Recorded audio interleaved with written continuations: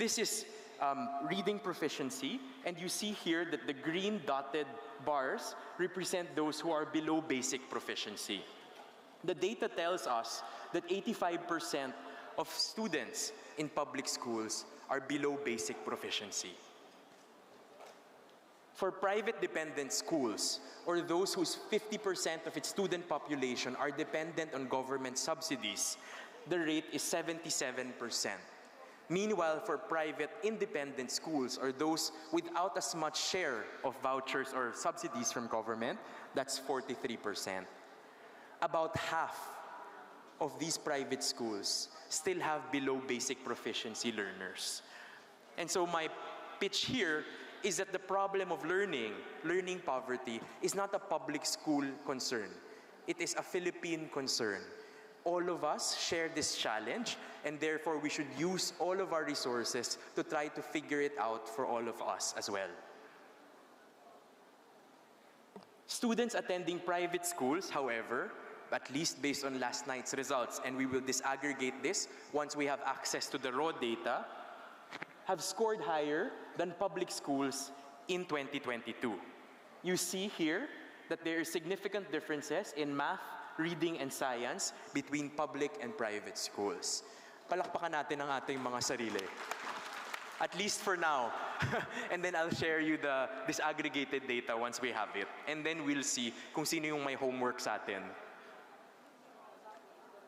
What we tried to do also, using the data released last night, my team worked hard and did not sleep the entire night so that we could share this data with you, was to compare how our best learners, meaning the top 25% of those who took the PISA, compared against peers in ASEAN in mathematics. Okay? Ready na ba tayo? Magugulat kaya tayo sa resulta? Okay, let's see.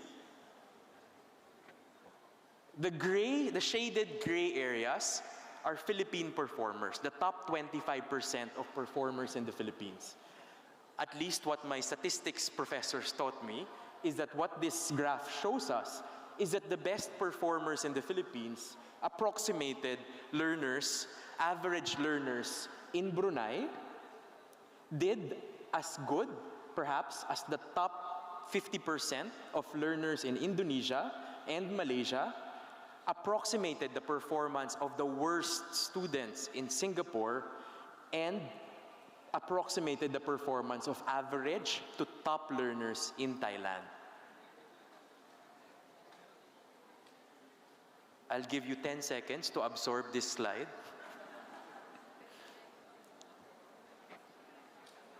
How do we feel? This is where we are. This is where our best learners are. And so my challenge actually to all of us is that our solutions to the learning crisis should also not be one size fits all. Because in public schools or in the worst performing institutions, the challenges are clear. Supply gaps. There is extreme congestion. There is no specialization in terms of teaching, background versus what they are handling. There are limited learning resources. But even the top 25% of Filipino learners who have access to all of those good resources and facilities and parents that are supportive, and perhaps also early childhood education because they grew up in in well-off families, even they are performing only as good as the average learner in ASEAN and only as good as the worst performers in Singapore. And so the challenge for us is, among the learners in our schools, nasaan kaya sila dito? Kaya na ba nating mag-move forward?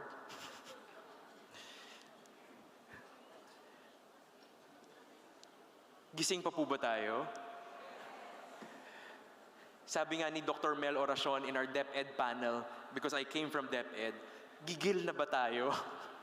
Because we really need to feel that fire. We really need to feel that urgency, that the problems are not insurmountable, but we need to act now. Hindi pwedeng business as usual. Hindi pwedeng pag-uwi natin, parehas pa rin yung gagawin natin, because the time to intervene is now. questions that I have for you, and hopefully in our continued consultations in EDCOM, you could tell us your findings and share with us your solutions, is what are the reasons for the poor performance of learners even in our better resourced private schools, even among students with access to early childhood education, who have textbooks, who have teachers who get training. Kasi understood po yung sa public schools na ang daming constraints, most of them because of procurement, because of the large bureaucracy issues. But for schools that are able to address these challenges internally in your respective schools and communities, why is our performance still bad? What supports do you need to improve quality? And doon po tayo mag-usap.